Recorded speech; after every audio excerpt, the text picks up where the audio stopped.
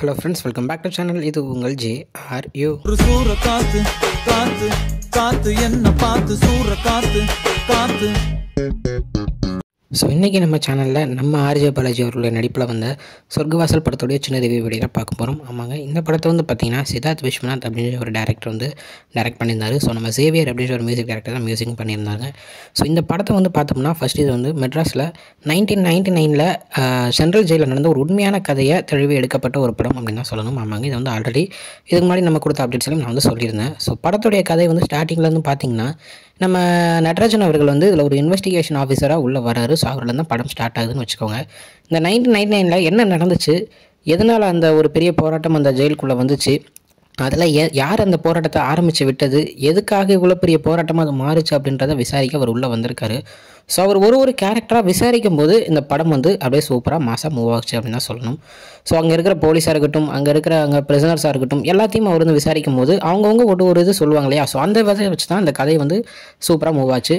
So படத்தை வந்து first half and second half அப்படின்னு பிரிச்சுக்கிட்டோம்னா, ஃபர்ஸ்ட் ஹாஃபில் வந்து இவங்க கேரக்டரோட இன்ட்ரோ, யார் இவங்க, இப்போ செல்வராகவன்னா அவர் வந்து ஒரு காசிமேட்டில் இவ்வளோ பெரிய ஒரு ரவுடியாக இருந்தார், ஒரு மாதம் ஒரு கேங்ஸ்டராக இருந்தார் அப்படின்ற அவருடைய கேரக்டராக இருக்கட்டும். நம்ம ஆர்ஜே பாலாஜி என்ன பண்ணிட்டு இருந்தார், அவர் ஃபேமிலி பேக்ரவுண்ட் என்ன, அந்த மாதிரி ஒருத்தருக்குள்ளே கேரக்டர் இன்ட்ரோடக்ஷனுக்கு இந்த ஃபர்ஸ்ட் ஹாஃப் வந்து சூப்பராக கொண்டு போயிருந்தாங்க. லைட்டாக கொஞ்சம் ஸ்லோவாக தான் போச்சு, பட் இருந்தாலுமே அது வந்து கேரக்டர் இன்ட்ரோவாக இருக்கிறனால அதுக்கேற்ற டைமாக சூப்பராக கரெக்டாக எடுத்திருந்தாங்க. ஸோ அதுக்கப்புறம் அவங்க உள்ளே வந்ததுக்கப்புறம் என்ன நடந்துச்சு, எதுக்காக இந்த கலவரம் வந்துச்சு அப்படின்றதையும் ஒருத்தர் சொல்லும் போது சின்ன இடத்துல அங்கங்கே சூப்பராக ட்விஸ்ட்டை வச்சு படத்தை செமையாக மூவ் பண்ணியிருந்தாரு நம்ம விஸ்வநாத். தென் முக்கியமாக பார்த்தீங்கன்னா இன்டர்வல் சீன், அதுக்கப்புறம் இன்டர்வல் சீனுக்கு அப்புறம் இருக்கிற அந்த கிளைமேக்ஸ் சீனாக இருக்கட்டும், அதுக்கப்புறம் செகண்ட் ஹாஃப் ஃபுல்லாகவே இருக்கட்டும், படத்தில் ஒரு சீனுமே சூப்பராக ட்விஸ்ட்டை கொண்டு வந்திருந்தார். ஏன்னா ஃபஸ்ட் சீனில் வந்து நம்ம ஜஸ்ட் அவங்க இன்ட்ரோ கொடுக்குற மாதிரி பார்த்துக்கிட்டோம். அது மட்டும் இல்லாமல் எந்தவித ட்விஸ்ட்டும் ரிவீல் ஆகாமே கதையை கொண்டு போய்கிட்டே இருந்தார் நம்ம விஸ்வநாத்.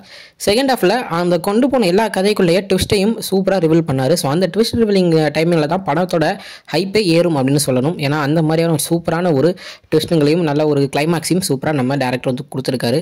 ஸோ படம் வந்து பார்த்தீங்கனாலே நம்ம ஆர்ஜே பாலாஜி அவர் நார்மலாக நடிக்கிற ஒரு கதையை தவிர்த்து ஒரு ரொம்பவும் டிஃப்ரெண்டான ஒரு கதையை சூஸ் பண்ணி நடிச்சிருக்காரு. ஏன்னா இது அவர் நடிக்கிற மாதிரியான ஒரு கேரக்டர் இல்லை அப்படின்னு தான் சொல்லுவேன். ஆனாலும் படத்துக்கு வந்து கதைக்கு ஏற்ற மாதிரி அவருடைய கேரக்டரை, அவர் எப்பயும் இருக்கிற கேரக்டரை கொஞ்சம் மாற்றி இந்த படத்துக்காக ரொம்ப உழைச்சி நடிச்சிருக்காரு.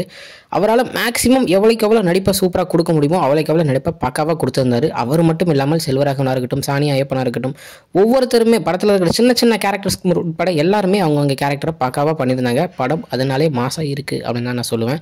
ஸோ அது மட்டும் இல்லாமல் படத்தில் வந்து பார்த்திங்கன்னா மியூசிக் டைரக்டரை பற்றி நான் சொல்லியே ஆகணுங்க. ஆமாங்க, ஏன்னா படத்தில் எவ்வளோக்கு எவ்வளோ ஒரு கதை மூவ் ஆகிறது முக்கியமோ அதே நேரத்தில் மக்களுக்கு போர் அடிக்காத அளவுக்கு மியூசிக் இருக்கிறதும் படத்தில் ரொம்ப முக்கியம். அப்படின்னா தான் மக்கள் அந்த படத்துடைய கதையோடைய ட்ராவல் பண்ணி கதையோட பார்ப்பாங்க அப்படின்றது ஒரு மிகப்பெரிய ஒரு விஷயம் தான். ஸோ அதில் நம்ம சேவியர் வந்து சூப்பராக செம்மையாக மியூசிக் போட்டிருந்தார். தென் படத்தில் மற்ற டெக்னீஷியன்ஸ் வச்சு சொல்லணும்னா சினிமாட்டோகிராஃபர் வேறு மாதிரியான ஒரு அந்த படத்துடைய மூட்குள்ளே நம்ம மக்கள் எல்லாத்தையும் அப்படியே கொண்டு போயிடுவார் அப்படின்னு தான் சொல்லணும். ஏன்னா அந்த மாதிரியான ஒரு சினிமாட்டோகிராஃபி பண்ணியிருந்தாங்க.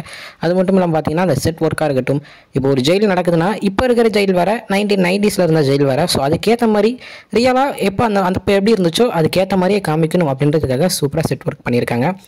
தென் பார்த்தீங்கன்னா எடிட்டர் வந்து நம்ம ஆர்கே செல்வா அவர்கள் தான் பண்ணியிருந்தார். சூப்பரான எடிட்டிங், அந்த ஒரு இடத்துல ட்விஸ்ட் ரிவீலிங் சீன்ஸ்லாம் பக்காவான ஒரு எடிட்டிங்கை செம்மையாக கொடுத்துருந்தாரு. செம்மையாக சூப்பராகவும் ஒரு எங்கேஜான ஒரு எடிட்டிங்கில் செம்மையாக படத்தை கொண்டு போயிருந்தார். அவருடைய அந்த எடிட்டிங்னால தான் படம் வந்து போர் அடிக்காமல் போச்சு அப்படின்றதும் ஒரு விஷயம் தான். ஸோ படம் வந்து பார்த்திங்கன்னா A சர்டிஃபிகேட் படம். ஸோ குழந்தைங்களோட போய் பார்க்குறது வந்து முடியாத விஷயம்தான். ஸோ பெரியவங்க போய் பார்க்கலாம். ஆனால் கதையில் படி பார்த்திங்கன்னா ஒரு பக்காவான ஒரு ரியல் ஸ்டோரியை செம்மையாக எடுத்துருக்காங்க. பட் ஆனால் ஃபேமிலியோட பார்க்க முடியாதுங்க. அதை நான் இன்னொரு வாட்டி மென்ஷன் பண்ணிக்கிறேன்.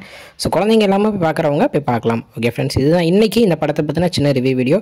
இன்னொரு வீடியோவில் உங்களை வந்து பார்க்குறேன். அது வரைக்கும் உங்கள்கிட்ட நிறைய உங்கள் Jaswin. Bye friends. Next video மறக்காமல் நம்ம சேனலை சப்ஸ்கிரைப் பண்ணுங்கள். பாய்.